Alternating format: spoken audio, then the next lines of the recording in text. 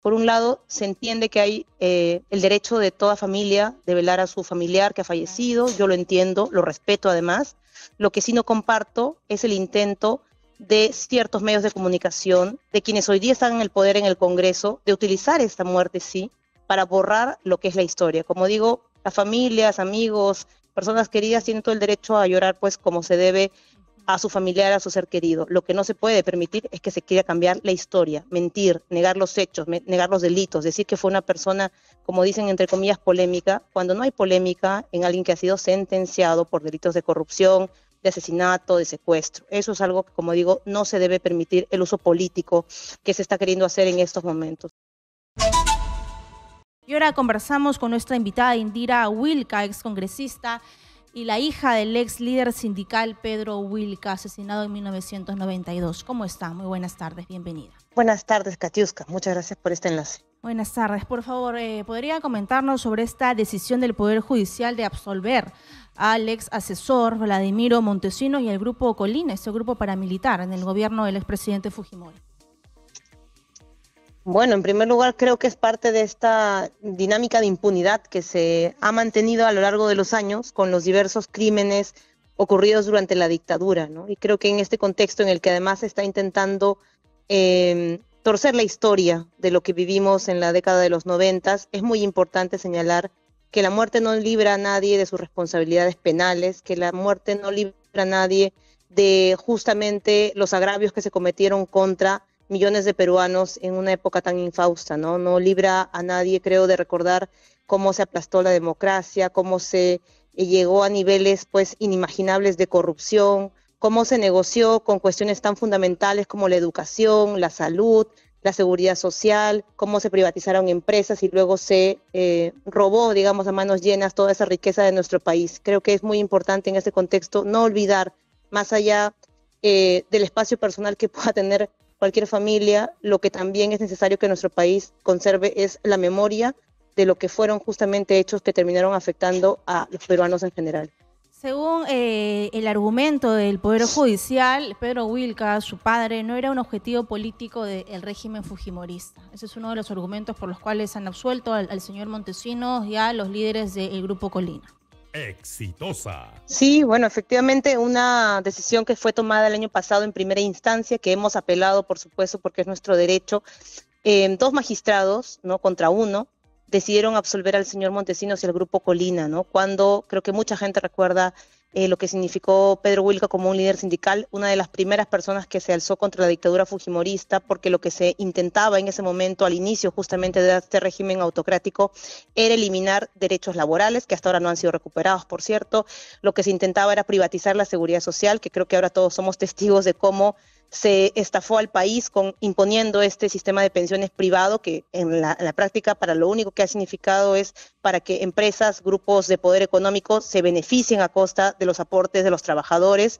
Bueno, todo eso en el año 92, a inicios de los 90, se iba denunciando y había pocas personas que tenían un liderazgo capaz de convocar a los peruanos en ese momento, ¿no? Y Pedro Wilca era una de estas personas, alguien siempre crítico contra la dictadura, alguien que en el día del golpe de Estado, el 5 de abril, fue uno de los pocos que salió a los medios de comunicación también a rechazar este quiebre del orden constitucional. Y bueno, y por todas esas razones siempre exigimos que haya una investigación seria. Lamentablemente sabemos de los niveles de corrupción, impunidad en el Poder Judicial y muchos de los argumentos de la Fiscalía, ¿no?, porque es la Fiscalía la que arma la acusación, no han sido tomados en cuenta, ¿no?, como por ejemplo los propios testimonios de los ex agentes del Servicio de Inteligencia, que entre ellos acusan justamente a sus, digamos, a sus pares, a sus aliados del asesinato de mi padre Pedro Wilca. Entonces es por eso que también nos sumamos a la exigencia de justicia, ¿no es cierto?, que en estos momentos yo creo que se está manifestando por diversos sectores, que ante el intento de borrar la historia, pues estamos también recordando lo que se ha vivido en el país. Sobre el caso de su padre, ¿cuál es el siguiente paso que hará su defensa legal, su familia?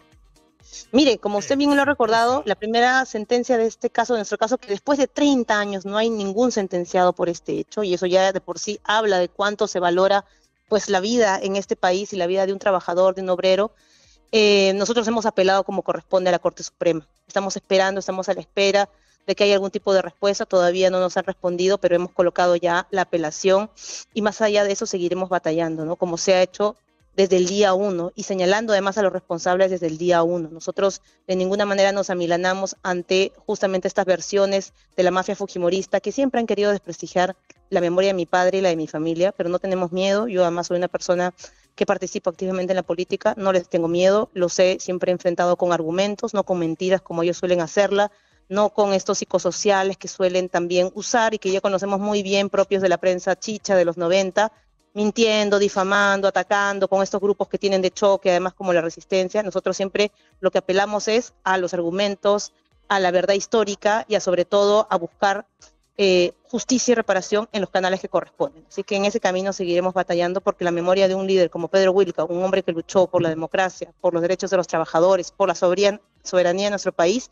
ese crimen no puede quedar impune. Y además de la respuesta legal, usted como una activista social, política, sabemos de que hoy es un día histórico, sabemos de que ha fallecido alguien que marca la pauta o marcaba la pauta de la política en los últimos 30 años de nuestro país. Hay gente que va a ir a despedirse de él. ¿Se ha anunciado algún tipo de movilización por parte de los detractores? ¿Se ha anunciado algún tipo de protesta, quizás pronunciamiento oficial? Mire, no tengo conocimiento de eso. Eso evidentemente será pues una decisión que tomen quienes consideren que es importante también hacer algún tipo de manifestación, pero lo que yo sí creo que no es correcto necesariamente llamarle detractores, ¿no? Creo que aquí de lo que se trata y de lo que muchos exigimos, por un lado se entiende que hay el derecho de toda familia de velar a su familiar que ha fallecido, yo lo entiendo, lo respeto además.